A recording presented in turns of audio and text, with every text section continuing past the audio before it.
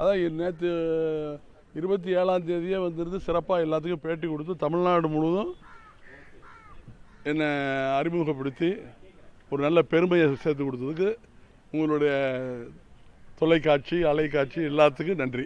கேளுங்க. ஆமாம், அவர் எங்களோட இருக்கிற வரைக்கும் தீவிர ஆதரவாளர், எங்களை விட்டு போயிட்டா எங்களுடைய தீவிர ஆதரவாளர் இல்லை.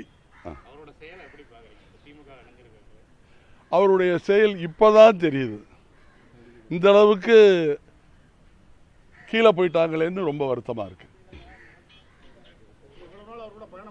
ஆமாம்,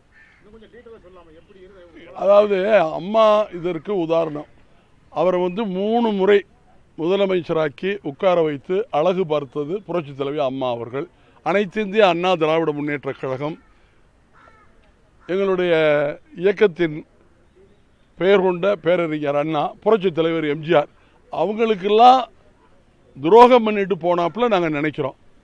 எங்களுக்கு புரட்சி தலைவர் எம்ஜிஆர் அவர்கள் சொன்னார், தீய சக்தி திராவிட முன்னேற்ற கழகம் என்று. இந்த நிலையில் இவர் அங்கே பயணித்தது எங்களுக்கெல்லாம் மிகவும் சோர்வையும் வருத்தத்தையும் தருகிறது.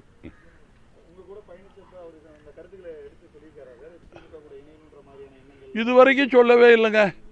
நைட்டு 9 மணி, அதாவது 27ஆம் தேதி நான் சாயந்தரம் 3 மணிக்கு புறப்படுறப்போ அவங்க ரெஸ்ட்டில் இருந்தாங்கன்னொன்னே நான் ஐயாட்ட சொல்லியிருக்கேன்ட்டு புறப்பட்டேன். ஐயா கிட்ட ஒரு 4 மணி 4:30 மணி 5 மணிக்கு தொடர்பு கொண்டேன். செல் எடுக்கலை, அலைபேசியை எடுக்கலை. நான் பயணம் பண்ணேன், திருச்சியை நோக்கி போயிட்டு இருந்தேன். நான் எதுக்காக குறிப்பிட்டு எதுக்காக நான் திருச்சியை நோக்கி ஒரு 4-5 நாள் இங்கே தான் தங்கியிருந்தேன். ஏன் போனேன்னா, என்னுடைய மனைவி இறந்து கரெக்டாக 1 வருஷம், பிப்ரவரி 27 நினைவு நாள். அதற்காக நான் போனேன். 26ஆம் தேதி நான் மாலை புறப்பட்டு 9 மணிக்கு போனோன்னே அங்கேருந்து எனக்கு ஃபோன் வருது ஐயாட்ட இருந்து. என்ன ஃபோன் வருதுன்னா, நைட்டு தூங்குகிற நேரத்தில் ஃபோன் வருது. தூங்கி எழுப்புகிற நேரத்தில், ஏந்திரிக்கிற நேரத்தில் உடனே சென்னையில் இருக்குன்னு தகவல் வருது. எப்படி முடியும்? சரி, இருந்தாலும் 9 மணிக்கு வீட்டில் கால் எடுத்து வச்சேன். வீட்டில் இருந்து உடனே புறப்பட்டேன் சென்னை நோக்கி. திரும்ப 9 மணிக்கு சென்னையிலேருந்து திருச்சிக்கு வர்றேன், இரவு 9 மணி. அதே 9 மணிக்கு சென்னையிலிருந்து திருச்சியிலேருந்து திரும்பவும் சென்னை நோக்கி வர்றேன். 5 மணி 6 மணிக்கு வந்தோடனே ஏன் இவ்வளவு அவசரமாக அழைப்பதின் நோக்கம் என்னன்னு முக்கியமான சென்னையில் இருக்கக்கூடிய கழக முன்னோடிகள்கிட்ட கேட்டேன். அவங்க சொன்ன தகவல் எனக்கு மிகுந்த ஆச்சரியத்தையும் மன கலக்கத்தையும் எனக்கு அளித்தது. உடனே இன்னும் சில பேர்த்துல அதை பற்றி விசாரிக்கிறப்ப நம்ம 8 மணிக்கு போயிடலானே அப்படின்னாங்க. 8 மணிக்கு நான் அங்கே வரலன்னு சொல்லி வேறு இடத்துல போய் தங்கிட்டேன். வேறு இடத்துல தங்கிட்டு கடைசியில் விசாரிக்கிறப்போ அப்போ தான் செய்தி தொலைக்காட்சியிலெல்லாம் வர ஆரம்பிச்சிருச்சு.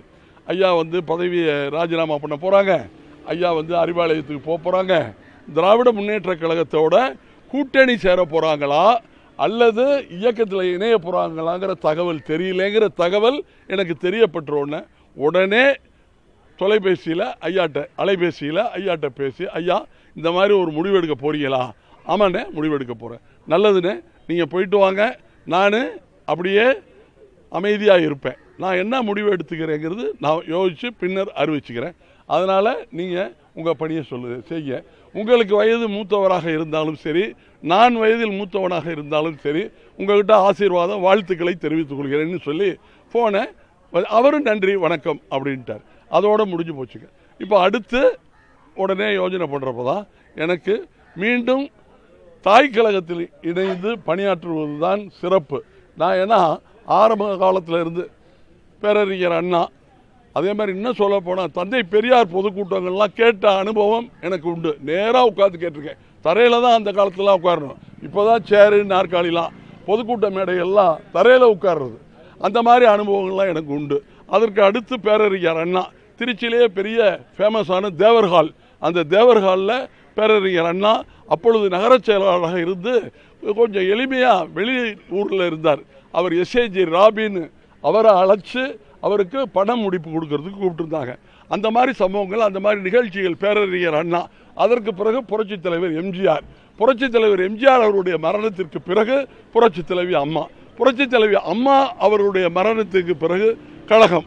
கழகம் தான் எனக்கு வேணும்னு அப்படியே பயணித்து வர்றப்ப அப்போதான் அருமை அண்ணன் கழகத்தினுடைய பொதுச் செயலாளர் எடப்பாடியார் அவருடைய சீரிய நல் தலைமையில் நல்ல ஆட்சி இயக்கத்தையும் வளர்த்து இயக்கத்தை பணிகளை ஆற்றிக்கொண்டிருந்தேன். அதற்கு பிறகு ஏற்பட்டதுதான் இந்த நிகழ்வுகள். நான் இந்த நிகழ்வுகளிலிருந்து இவரே திராவிட முன்னேற்ற கழகத்திற்கு சென்று விட்ட பிறகு யார் அந்த நேரத்தில் மேடையிலே நாங்கள் 10 பேர் அமர்ந்திருந்தோம். 10 பேர் 9 ஆச்சு, 8 ஆச்சு, 7 ஆச்சு, 6 ஆச்சு, 5 ஆச்சு, 4 ஆச்சு, 3 ஆயிடுச்சு, 2 ஆயிடுச்சு. அவரும் நானும் மட்டும் தான் இருந்தோம். கடைசியில் அவரே போயிட்டார். அப்போ அந்த இயக்கத்தில் இருக்கின்ற கழக நிர்வாகிகள், மாவட்ட கழக செயலாளர்கள், மாவட்ட கழக நிர்வாகிகள், அந்த கழகத்தில் இருக்கின்ற முன்னோடி பெருமக்கள், மகளிர்கள், இவர்களை எல்லோரையும் அழைத்து வந்து இயக்கத்தில் அவர்களை கரை சேர்க்க வேண்டும். அவர்களுக்கு நல்ல வாழ்வாதாரம், இயக்கத்தில் அரசியல் சம்பந்தமான வாழ்வாதாரத்தை உருவாக்கி தர வேண்டும் என்கின்ற சிந்தனையோடு நான் எடுத்த முடிவுதான் நான் மீண்டும் தாய் கழகத்தில் இணைந்தது. ஆமாம் ஆமாம் ஆமாம். அவரு அமைதியா இருக்கிறது அவருக்கு ஒரு கலை. அமைதியாவே இருந்து ஏதோ பெரிய இதா சாதிச்சிருவோங்கிற இது இருப்பாரு. கடைசியில எங்க நிலைதான் அந்த மாதிரி அமைதியாவே இருக்கிறதுனால அவரோட பயணிப்பவருடைய நிலை எங்களுடைய நிலைதான்.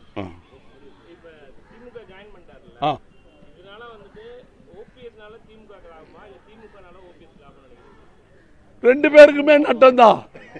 மீண்டும் அனைத்து இந்திய அண்ணா திராவிட முன்னேற்ற கழக ஆட்சிதான். பேரறிஞர் அண்ணா, புரட்சி தலைவர் எம்ஜிஆர், புரட்சி தலைவி அம்மா அவர்களுடைய நல்ல ஆசையுடன் எங்களுடைய புரட்சி தமிழர் கழகத்தினுடைய பொதுச் செயலாளர் அருமை அண்ணன் எடப்பாடியார் அவருடைய சீரிய நல் தலைமையில் எதிர்வருகின்ற சட்டமன்ற தேர்தலை சந்திப்போம். பெருவாரியான வாக்குகள் வித்தியாசத்தில் அனைத்து தொகுதிகளிலும் வெற்றி பெறுவோம். 234 தொகுதிகளிலும் வெற்றி பெறுவோம்.